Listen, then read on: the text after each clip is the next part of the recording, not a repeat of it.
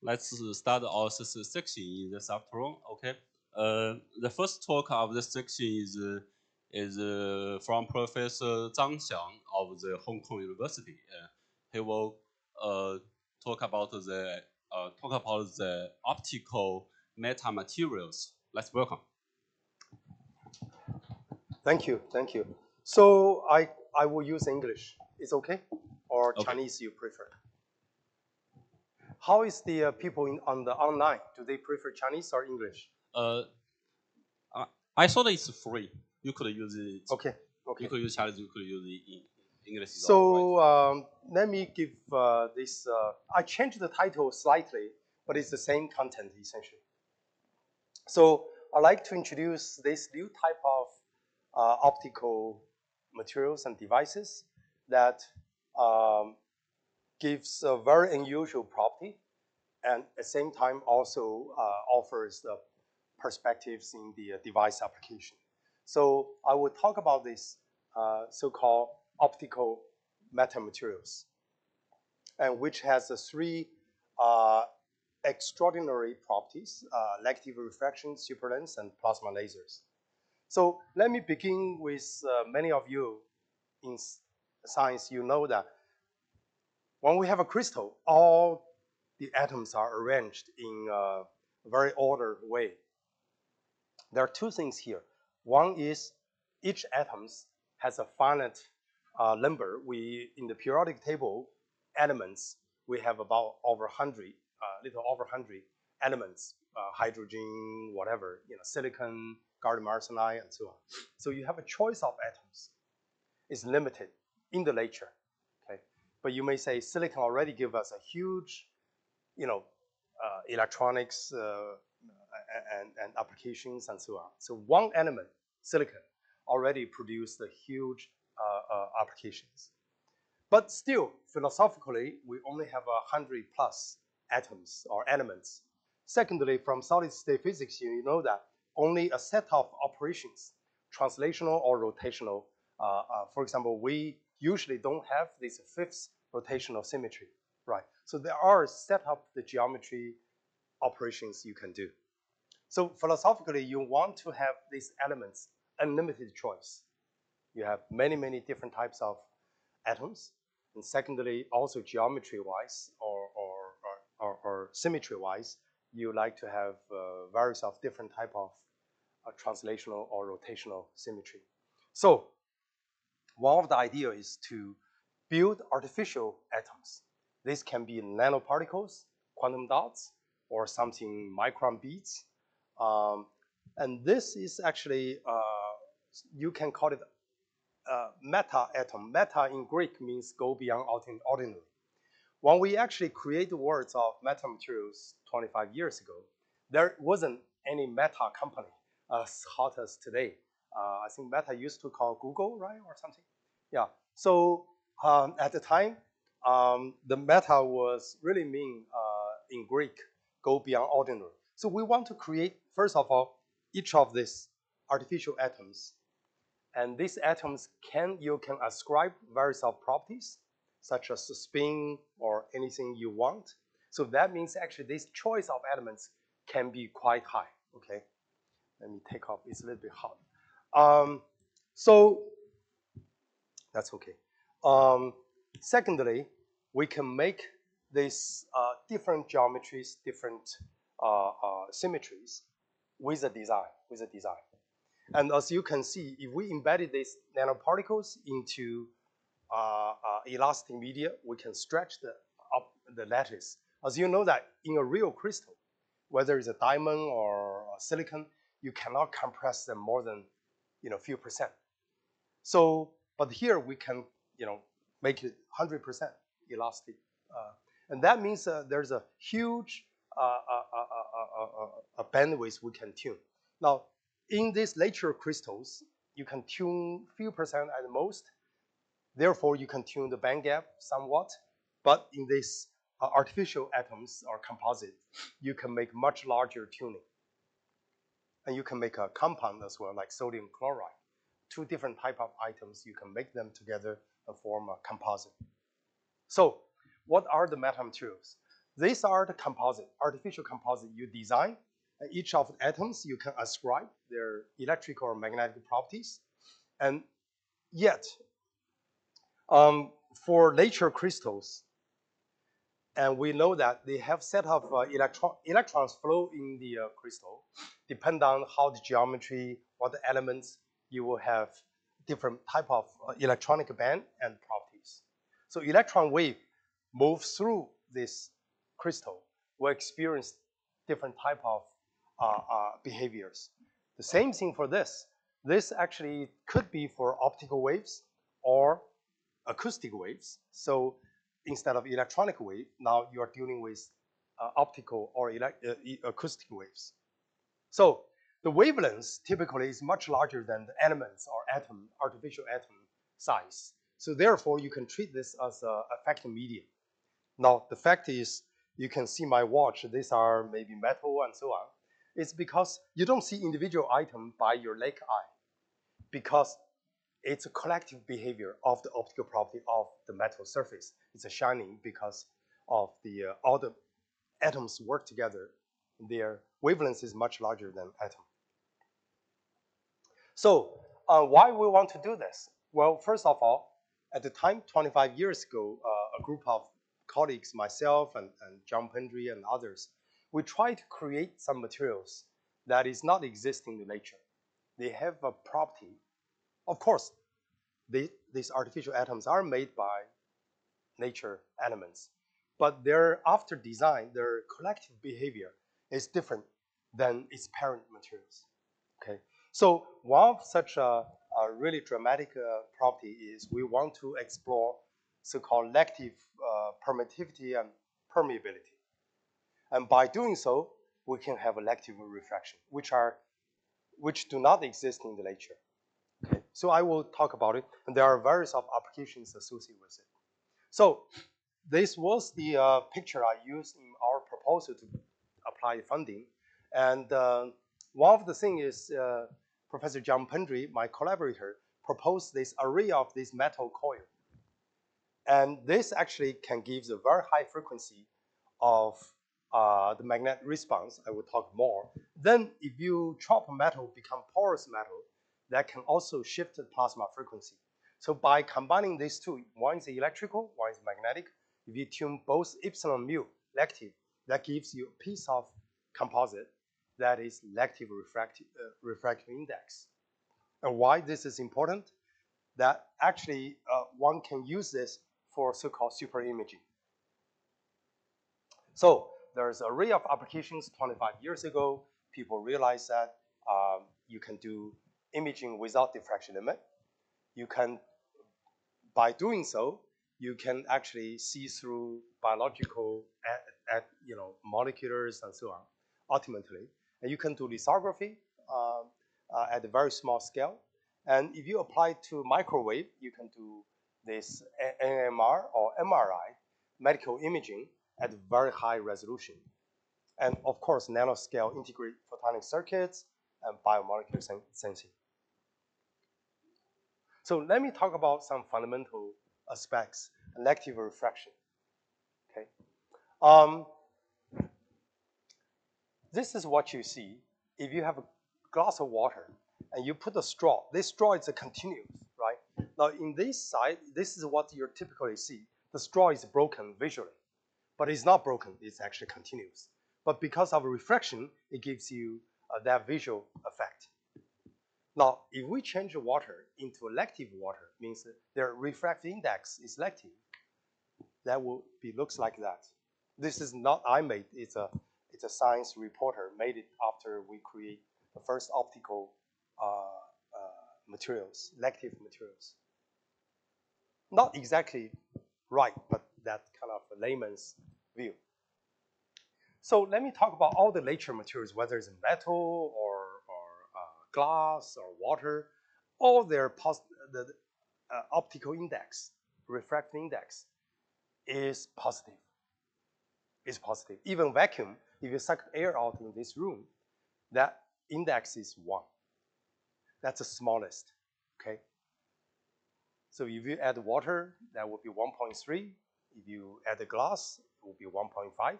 It's always larger than 1. But this actually we will show this could be elective value if we actually engineer this type of composite. So nature, for some reason, give us a very interesting set of materials. In the horizontal axis, that's epsilon, electrical response, called electrical permittivity. And in the y-axis is called magnetic permeability. That's a response of any given materials, glass, metal, magnetic materials. All of these have different response. In the red one, both of epsilon mu, electrical and magnetic response are positive. So that's dielectrics like a glass. Okay. The metals, epsilon is elective, but mu is larger than 0. That's blue quadrant. And in the fourth quadrant, where epsilon larger than 0, mu is smaller than 0, there are some magnetic materials at low frequency show that. Okay. But the one, actually the quadrant that both of them are simultaneously elective do not exist in the nature for some reason. So nature gives us 3 quadrants, but not the yellow quadrant. So if you look at it, the optical index, which is the ability to refract the light, our eyeball is optical materials. It's full of water there, almost 90% of water in our eyeball. But because of the shape in this geometry, therefore they can refract the light. Some of you have a glass, essentially try to compensate some of the your eyeball, imperfection. So this the ability to refract in glass, water, any materials is defined by these 2, electrical and magnetic response. So if these both are positive, then of course this can be positive, like glass, water, and so on. In optical regime, we do not have magnetism. So optical engineers, if you go to a company and Huawei or the other company, you will see this. This is in the optics book for centuries. Magnetic response is not relevant because they do not exist. Okay? Therefore, you only design with a dielectric constants, which is index. Now, mathematically, if you look at these 2, if both of them are lective, their product is still positive, right? So when you do square root out, there's a possibility of positive and lective. Causality, I won't go to the theory of that. Causality requires this n has to be lective when you take a square root out of this epsilon mu. And that is not actually mathematically you can have both solutions. But the physics, which requires the causality, means there's a cause and there's a consequence. And that causality requires n has to be elective. So that is where the elective refraction is about. So let's talk about Snell's law. Many of you know that. That is defined by, so when you have a piece of glass here, and light comes in here, bend it over. So you see they don't travel straight in the glass. So this is called refraction. Okay, and both are positive, so therefore both numbers are positive. Now, so this is energy flow, this is momentum flow. So when the light travels in the space or any media, there's energy flows and momentum flow. And these typically in homogeneous media, they are in the same direction because index is positive. Now, if you have a lective index media, which hypothetically, until 2008 in optics is not exist, and so, but mathematically you can, or in physics you can study the energy flow this way, but because of this is lective, so this is lective, so therefore energy has to bend this way, while the momentum goes backward. Okay, and that is so-called lective refraction. So when you do sine theta 1 and sine theta 2, there's one of them are lective. If you define this positive, this is lective. Therefore, there is elective refraction. So they bend it a different way. And this was theoretically discussed by a Russian scientist physicist, Veslago, in 1968. He hypothetically said, well, what if I have a piece of glass which index is elective? But until 40 years later, people, or 30 years later, people start to look at how we're to build these elective refraction materials. And this is the first media in the microwave. Epsilon mu are both elective. And this was discovered 2001, so 24 years ago. As you can see, each of the artificial atoms is about 1.5 centimeters. It's a large atom, but waves is also large too. This is microwave. So for microwave, this is homogeneous media. So basically, when you move this to optical frequency, there is a challenge because nature materials, all of the materials, there's a magnetic material, but only exists, their magnetic response is only exist in low frequency, maybe tens of gigahertz. Above that, the magnetic activity dies off. Why? Well, if you look at in the materials, the magnetic activity is more like a range of soldiers. Electrons is more like guerrilla soldiers. They are individually, they are move around in semiconductor, metal, and so on. But in magnetic materials, is because we don't have a magnetic dipole, a magnetic monopole, so it's a dipole. So all the dipoles lined up. So in the magnetic materials, all the dipoles are like soldiers, lined up, and the whole division is 10,000 soldiers, 10,000 dipoles. They march left, left, and right. So if you imagine 10,000 soldiers lined up, and they move left and right, left and right. It's okay if they moved in the slow speed. But if the speed getting faster and faster and faster, what happened? They will not respond at all because it's hard to move the whole division of 1,000 people, right?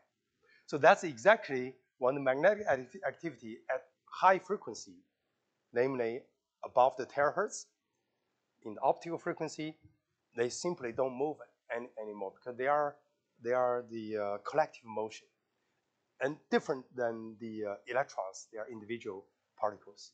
So nature materials, all magnetism dies away, fade away above 100 gigahertz. So you don't have that.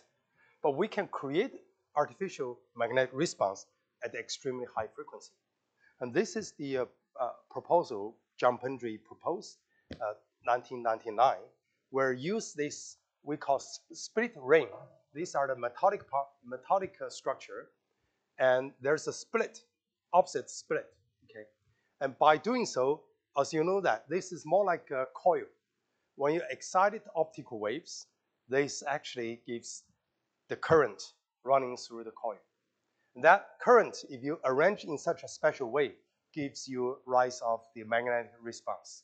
So basically, there's a magnetic field going up and down.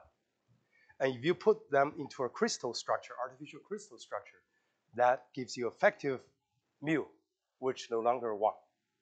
Okay, so you can create this artificial magnetic response in very high frequency, all the way to optical frequency. So that's very exciting.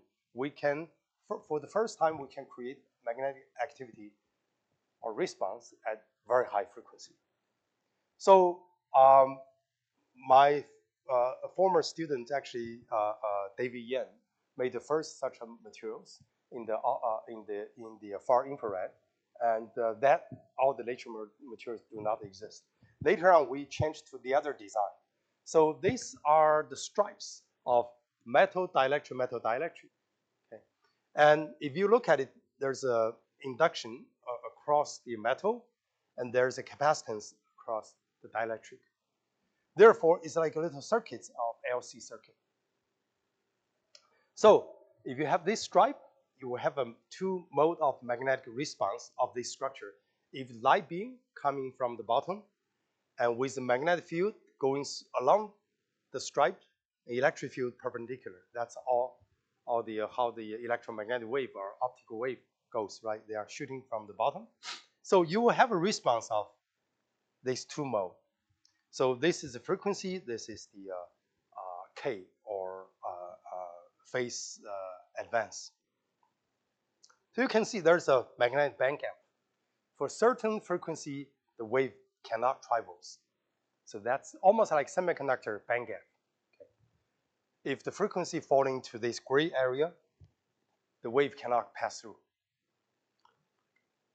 Now, if you look at the other geometry, perpendicular stripes, but with a slightly different design, okay? Also is a metal dielectric. This, for the same wave here, now electrical component will be along the stripes. Therefore, this will induce a plasma. And this actually is a diluted plasma, whereby by taking this different ratio of the metal dielectric composition, we can tune the plasma frequency. So this is a typical plasma. And below that, the wave, again, cannot travel. So if you put these two together, what happened? Well, here is epsilon, magnetic mu less than 0. Here is epsilon less than 0. But if you combine these two, you form some kind of a fishnet structure. And suddenly, original this gray area used to be the wave cannot pass through, now become transparent. Not only transparent, they're actually a dispersion curve is lective slope. Means that their energy and momentum travels oppositely. That's exactly what the lective refraction is. So by, we decide to fabricate such a structure. My former student, Jason Valentine, did this work. So we made this fishnet. Essentially, it's an alternating layer of silver and magnesium fluoride, which is a dielectric, okay, multi-layers. Then we made such a structure. As you can see on the side wall, it's layered different. And then this supposed to give you lective refraction. So we basically want to do a high school type of experiment where you cut it through a wedge, right? And then you see, so this is cut through this structure into a wedge. And this is what happened. So if you have a beam comes in from the bottom, this prism, which are made by lective refractive index, and then we will see how the refractive beam going straight or going this. Now, there's a normal line here. If this is on the right side, it will be lective refraction. So we measure that, and this is what the result of these materials at optical frequency. As you can see, that indeed we achieve the refractive index lective in all these gray areas lective. And these are at infrared of 1.5 to 1.7 micron. These are in the telecom wavelengths. Not only that, but also we observed, as I mentioned to you before, all the nature materials, the lowest index of refraction is 1. That's air or vacuum. But we observe also is smaller than 1, 0.5, 0.7. That means the light travels, the phase speed is faster than typical light in any of materials. And especially here, if you see, this is the light actually travels at a 0 index. What does that mean? It means light across any space doesn't need time. So the phase speed is infinite. But some of you probably learned from the physics. Einstein said that everything in this universe cannot travel more than light speed. Light speed is 3 times 10 to the 8th meter per second. So how you can have infinite speed? The light speed Einstein was talking about is about energy travels. And this is about phase speed. So one is the energy, one is the momentum.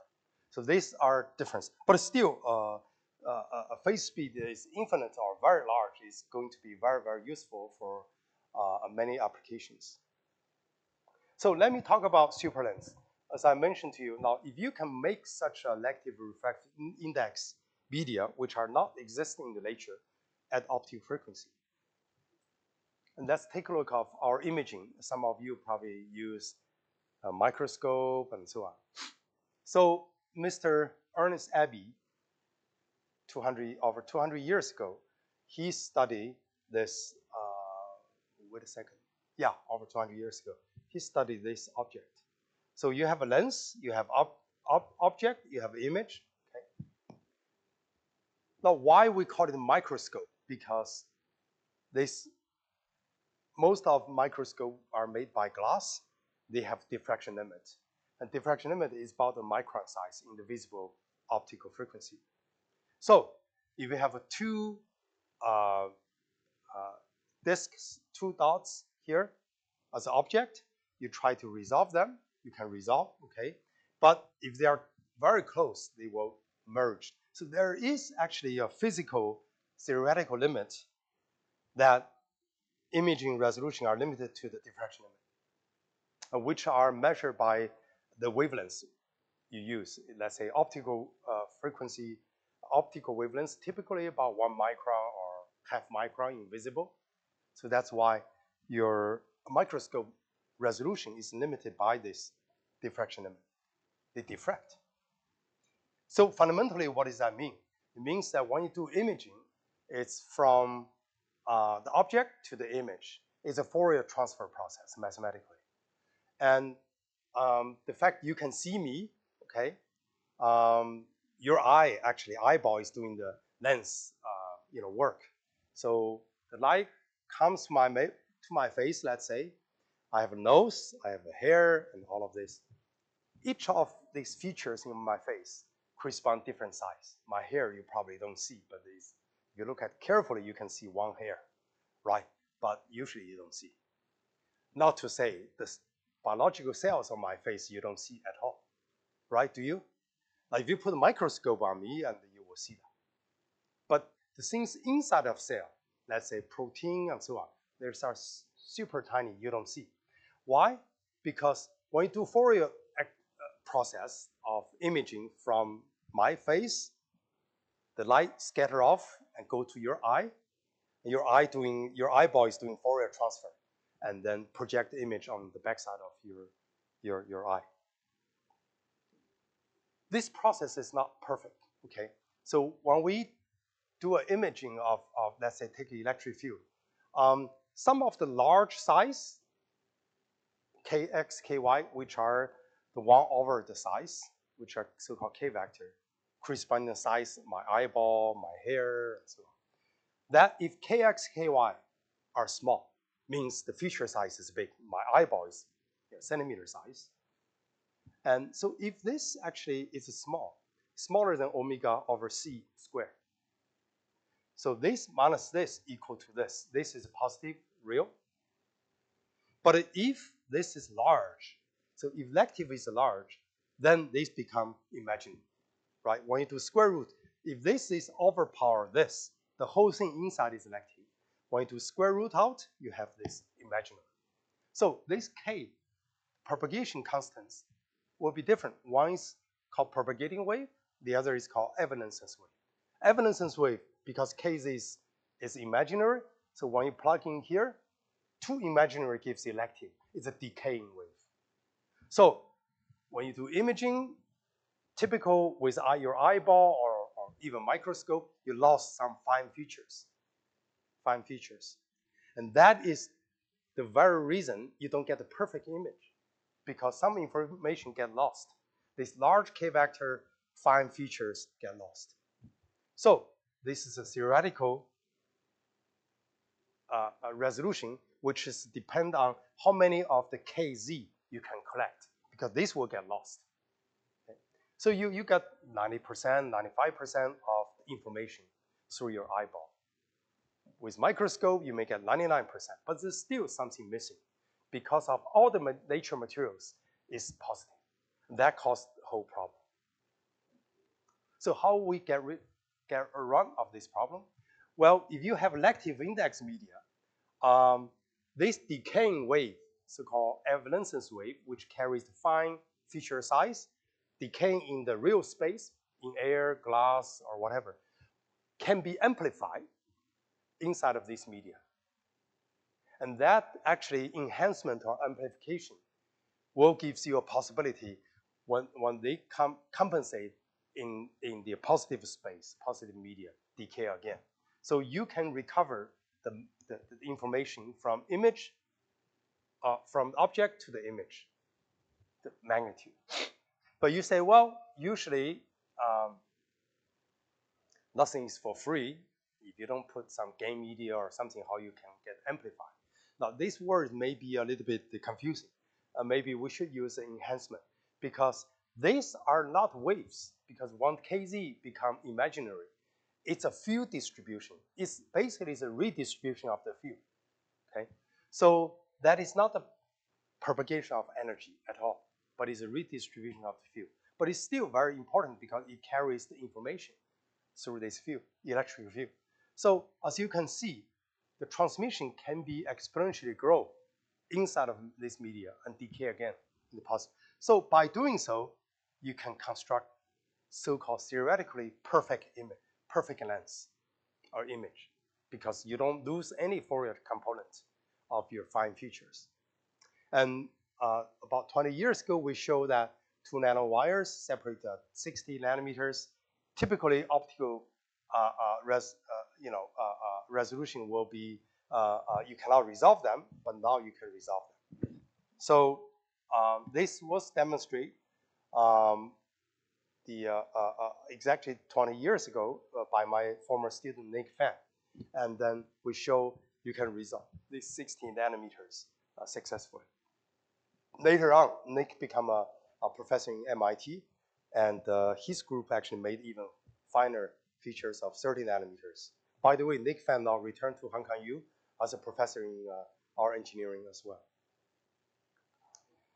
So let me talk about if you can just simply construct this, it's not going to be useful. Later on, people developed a new concept called hyperlens. Okay, the way we look at it is if you have a layer of metal dielectric, like this curved dorm-like, and because of geometry here, the optical angular momentum should be conserved. That means actually R times K should be equal to a constant. As the wave propagates through this media, R increases and K theta should be compressed. What is a K theta? K theta is a tangential. It's like more like Kx, Ky. Now this is in cylindrical coordinate. So K theta is the feature size, inverse of the feature size. K is 1 over L, the size of feature. So let's say if you have some very fine feature propagates through this so-called hyperlens, and that K theta is gradually, as increase of the R, K theta become smaller and smaller. That is compression of the K theta. What does that mean? It means that magnify the original small feature size image, become bigger and bigger because K theta equal to 1 over L. Okay, so that will be a magnifier. This will be magnified, and that's great because this can magnify some of the small feature size that we originally. This is our Fourier space. The green circle is the everything propagation. The information K propagate. Beyond this green circle, outside of the green circle, is evidences because Kz become imaginary. But if we can actually, using such a structure to compress, originally the K theta can be very large, gradually compress into the green circle, green disk, then become truly propagating in afterwards. So it's actually magnifier, gradually magnified through this multi-layer structure. Indeed, our experiment shows that this theoretical limit, for example, we did an experiment, is about 260, but we can resolve 150 nanometer. And that, indeed, you can beat the diffraction limit at the far field. Some of you study the biology, and recently, some of you read probably a super resolution, they can resolve even more finer structure in the molecules. But biologists and chemists sometimes they I would say do not understand this diffraction limit very well. What the physics of diffraction limit means that you resolve these two lines simultaneously. Why? Because there's uncertain the uncertainty principle in quantum mechanics, where when you resolve the 2-point delta x times delta p, p is the momentum. So, but in biology, they can afford, there's one line is a green, one line is a red. They can turn at different time. So diffraction limit, strictly speaking, is you resolve these two dots, two lines at same time. And that's what the really a diffraction limit about. Of course, on top of that, you can always build this biology trick that you have two dyes, one green, one red. You can turn at different time and so on. So this is what happened. This selective index media, that there's large size information will propagate as a blue waves, and the fine details will decay because of Kz is selective. But it can be enhanced and become propagating later on after that. So that will be great. But there is a practical issue, that is, this object has to be close enough to the lens, because this is exponential decay. I mean, theoretically, of course, you have a million times or 100 million times of decay, you still can recover it. But practically, I mean, after decay to the noise level, you don't recover it, right? So we will need object close to the lens. This is one of the drawbacks still, because we are operating in the practical. So we developed technology utilizing a fly lens. This is very similar to the magnetic storage at the time, where you have this flying head, read and the write. This is old. Now, most of USB or computer disk is not using this anymore. They are using more solid state memory. But at early time, when I was a student, they used this flying head.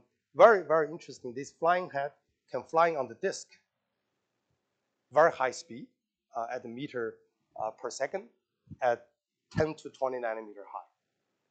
So this technology already exists in magnetic storage. So we borrow that into this. Then we basically design an optical flying head. And over here, you can view, this is the backside of the flying head. It's air bearing. It can have a certain, like airplane. It's a small airplane. And then you load up all the plasmonic lenses and a super lens, and then you can do read and write. So this is the substrate is a disk. We want to record or write or image, and then the plasmonic lens is on the top. It's a millimeter size, but the gap actually is very small. It's only 10 or 20 nanometers. Later on, actually, we fly at 5 nanometers at such a high speed. Now, if you scale up everything, it looks like airplane, real jumbo airplane, flying 2 meters from a very small runway. 2 millimeters, I'm sorry. And that, we don't see that because it easily crush, right? Suppose airport runway is very smooth, but you fly at a cruising speed above ground, 2 millimeters. That is very high requirement. So by designing such a flying head, I'm not going to go over, that we will able to, image things much finer feature size. And so I will skip this. And this is how we can image 22 nanometers. That was 15 years ago. No, 17 years ago. Okay. So this actually is showing that really this technology has an interesting future for lithography. You can print circuits that at a much finer resolution.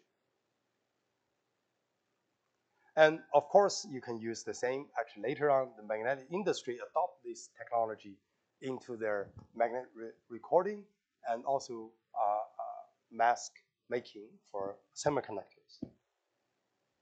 Last, let me talk about the surface plasma lasers.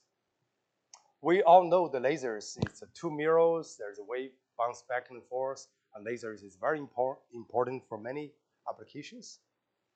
So today, especially, when I talk about this 20 years ago, people don't really appreciate, but today it's getting really, really into the relevance.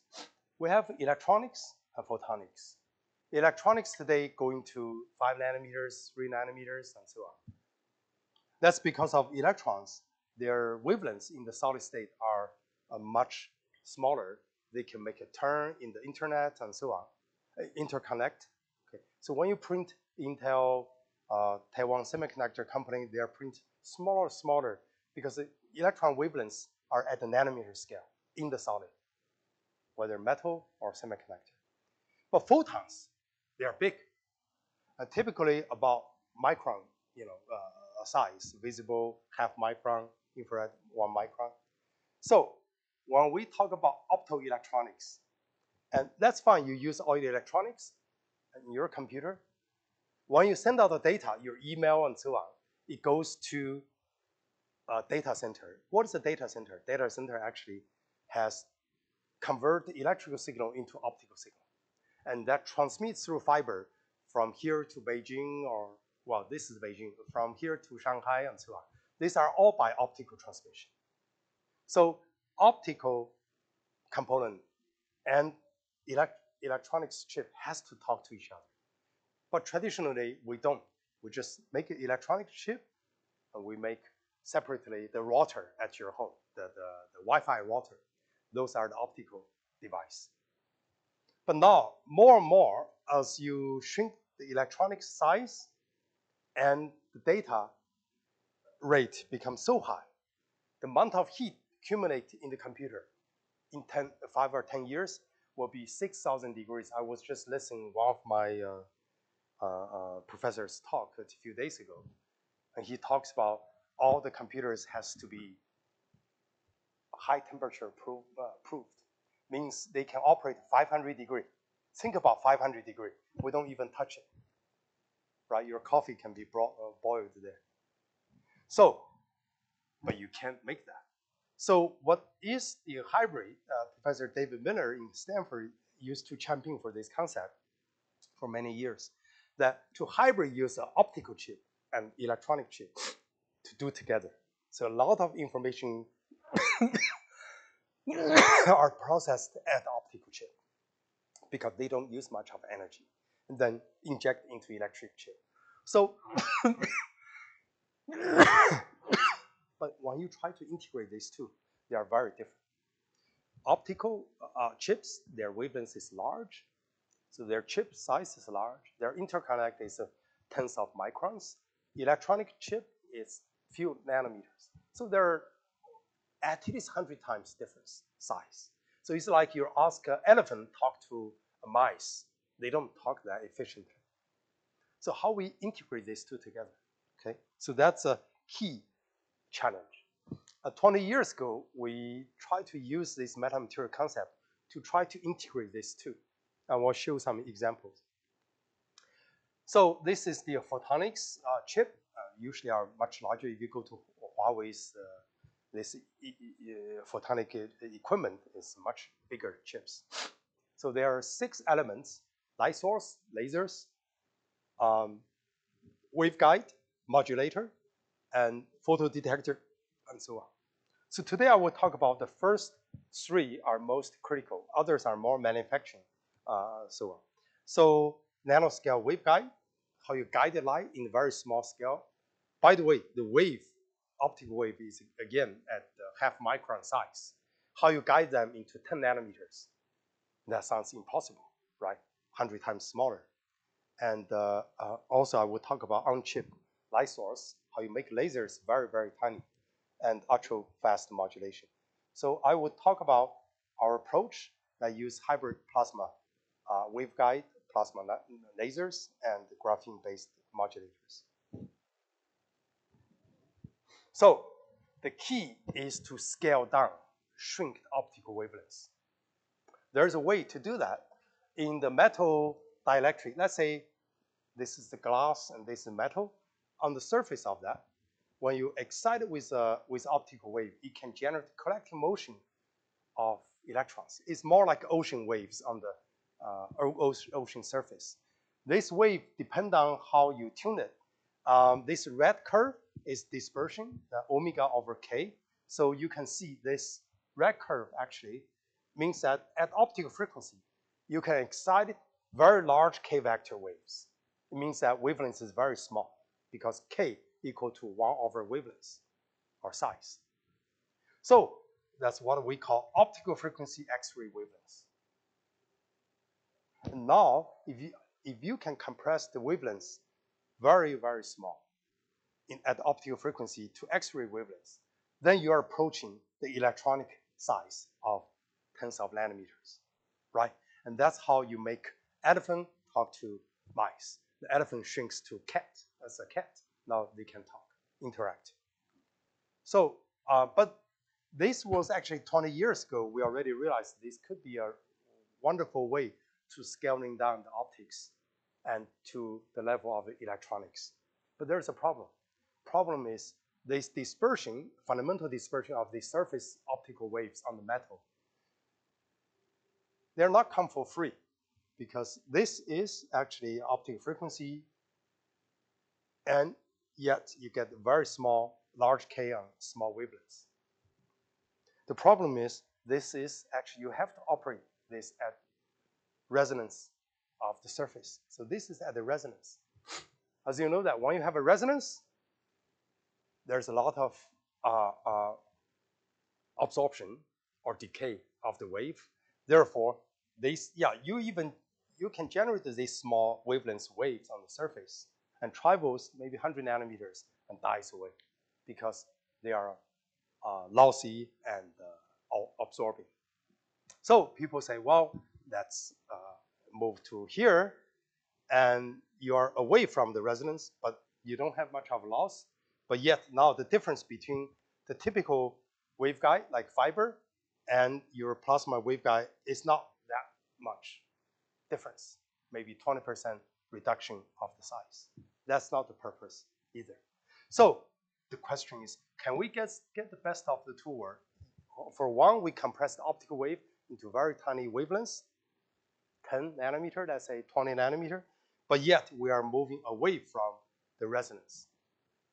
So this has been really a challenge. Can you get the best of the two worlds? And the idea we come up with is that we come up with, this is metal, this is dielectric, air or silicon dioxide, and then there's high index media. And this actually can lift the high field on the metal into the gap. Therefore, most of energy residing in the dielectric gap doesn't experience much of loss. And therefore, this become actually a very good solution. On the one hand, it's like you have two parents. On the one hand, you have a confinement. You can confine the wavelengths to tens of nanometers, but yet it travels most into dielectric gap. So this is what actually we do. This is a metal. This is the silicon high index media. This is low index media like silicon oxide. Okay. So by doing so, you can really confine the waves into this, small gap, and therefore travels relatively far, relatively low loss. As you can see, our simulation show you can confine the wave into 2 nanometer of the gap, as a simulation show. So the travel distance. So in this design, when you have a gap of 10 nanometers, you can confine about 100 times smaller in terms of mode size, and also you can travel 30 microns. So if you can confine, let's say tens of nanometers, and you travel 30 microns, that's a lot. That's a lot, because everything scaled down smaller. So this experiment to show indeed our mode size is about 2% of the diffraction limit, very small. And these are comparable to the electronics size. And therefore, the optical chip and the electronic chip can talk to each other. Furthermore, we use that to make a laser out of that.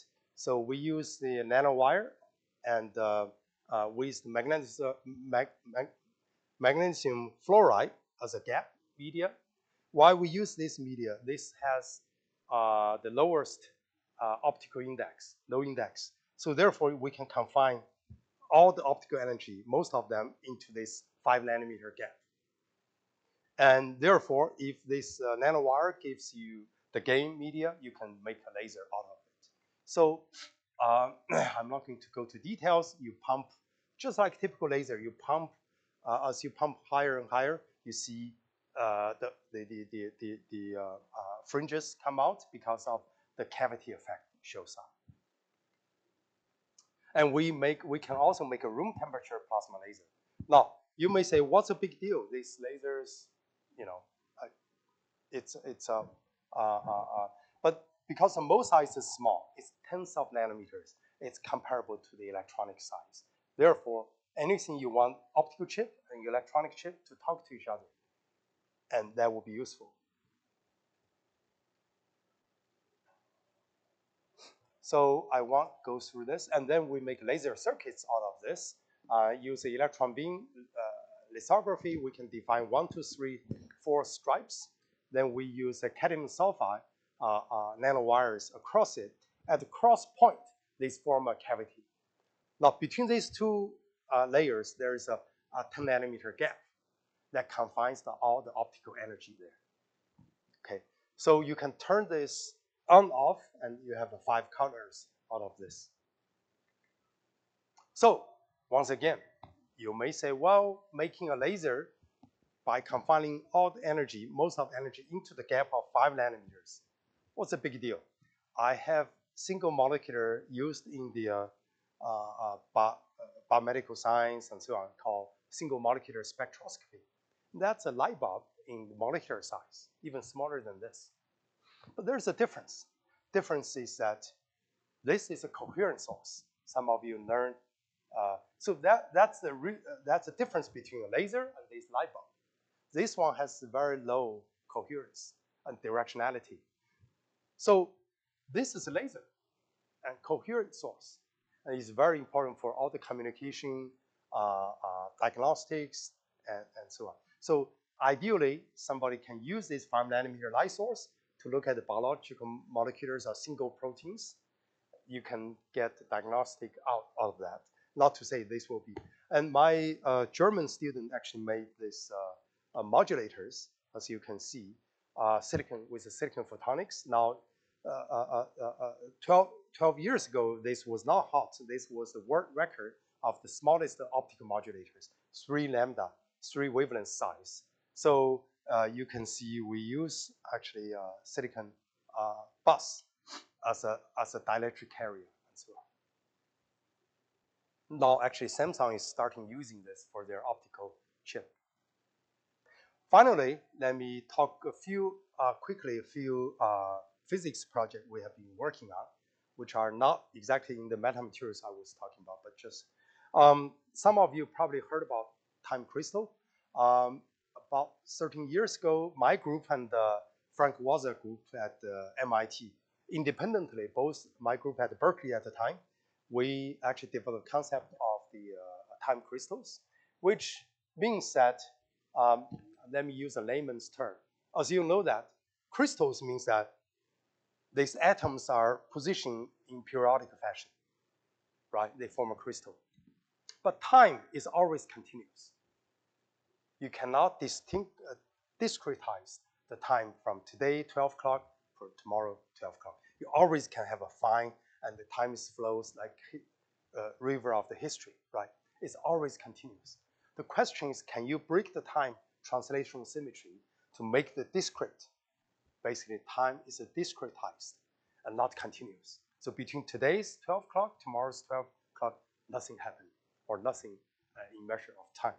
So this was the first time, actually, both groups, actually our work made the cover of PRL, and we both proposed the theoretical concept of this and so on. And a few years later, Chris Moore group actually demonstrated experimentally. So this is actually also quite interesting The other is, some of you know the phonons. Phonons are in the solid. It's acoustic wave in the solid. Okay. There's optical phonon. The two atoms move opposite to each other. This is called optical phonon. But acoustic phonon, they move together, back and forth. Okay. There are two types of phonon. In 2018, we discovered the third type of phonon called chirophonons. These atoms are rotate in a circle. And this is very unusual because when we talk about this type of phonons, this associate with something called chirality.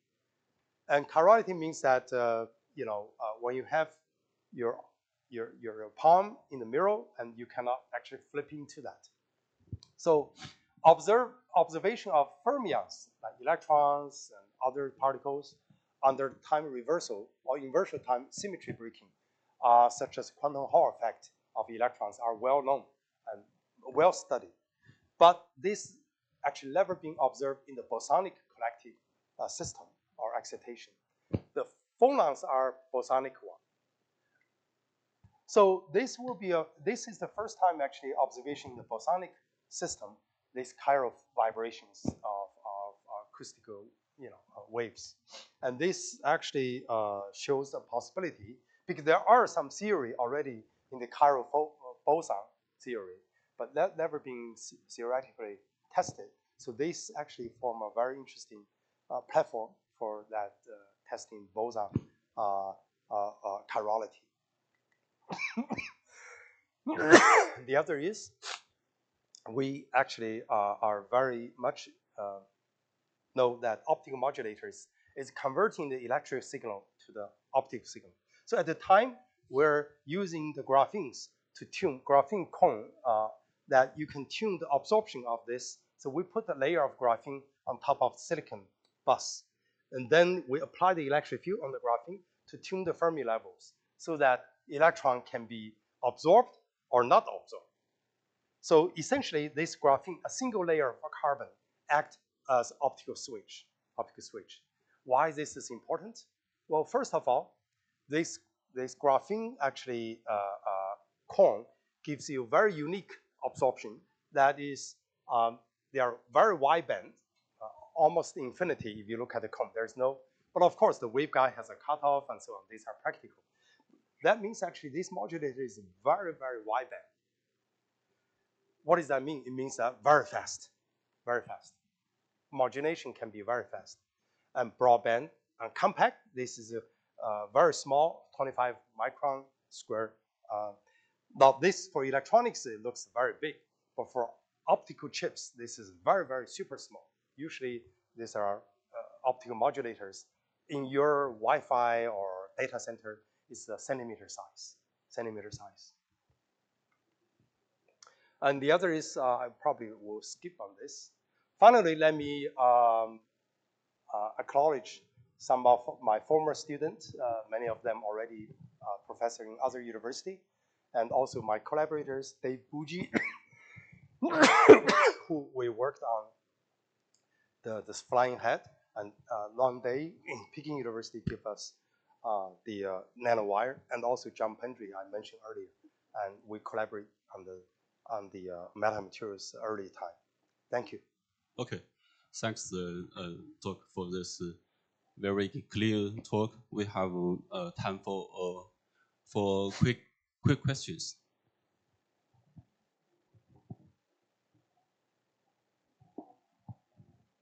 Okay. Yes. Thank you, Professor Zhang. My question is, you talk about a super lens, but if the lens material is being designed and remain fixed, it cannot be changed during the usage time. So, do you have any solution if I want to change the refractive index during usage, or how do I do that? In principle, you can. You still can modulate the surface. For example, you can use the electrical wave to modulate, because this lectern media now is made by metal dielectric. So metal part, you can apply the voltage if you want. So some people do that, electrically modulated. Okay. But yeah, we didn't do that. That was the first time we do that. Also, you can do a shape as well. In principle, in fact, we also can use the same thing for a cloaking device as well. Cloaking, where invisibility cloak, 隐身衣啊, you can do that too. I don't have time to talk about it. Yeah, there are various of ways people make that can be modulated. And you can do geometry shaping as well, like your eyeball. Your eyeball is like this. So you can do this or you can do this and right, to tune it. Yes. Thank you for the nice and clear talk. I have a question regarding the cloaks. I remember from the past the materials were like imagined to be used as cloaks, like covering large areas, like I don't know, the airplanes covered. Is it still possible, or this is beyond the current capabilities? Because the materials now made of small structures, right? Would it be, in principle, possible to cover large area of space? Yes. Yeah, there are some companies doing this. I would say probably more than 50 companies now. Some of them are my own student launched a company as well, a couple of them. There are some other professors, they also have a company. And so some of these companies is doing the scaling up, and of course, when you do commercialization, the cost is the issue, and so on. But I have a video, but I probably cannot play. There is actually a cloak already the size of the shoebox, and you can see the cat actually moving behind the cloak and disappear. Half of the body disappear. The live cat. That was made by Singapore researchers. Yeah. Actually, I have also a very quick question. Is there a new theoretical limit when you consider of the negative material in the superlens? Yeah. Theoretically, no. I mean, ideally, you can do a circle. Actually, initially, John Pendry called it perfect lens. Perfect means you recover 100% of the information, whatever, how small it is, even your atomic image, this can image. But I later on changed that to super lens. Means that because actually you need this media to, I mean, from experimental point of view, this media is based on the resonance. And any resonance has the loss. Okay, so that loss dictates what are the cutoff of the information you can collect. So you can get, maybe 10 nanometer, 5 nanometer, but not half nanometer or atomic image. That's because of our materials choice. Now, recently, my former postdoc, Professor Zhang, he's a full professor now. He actually developed, and we co-authored that paper last year. And we tried to turn that actually loss, compensate or eliminate that effect of the loss. Loss is there, but we try to compensate that by imaging a couple of times and doing different tricks. So you can actually do that by enhance the resolution, right? Okay, thank you. Okay. So regarding these super lenses, are they commercialized? Is it, I don't know, possible to buy a microscope that allows to image the molecules with the diffraction limit? Yes, I think one of the company now is trying to making this. I'm not sure the status of that. But I think when you go to commercialization, even you do 10 times or 5 times better resolution, it's a huge enhancement compared with what they, So some of my former students now, they are continuing refine this and make some company out of it. Okay. Yes. Thanks a lot. Thanks the Professor Zhang again. All right, thank you.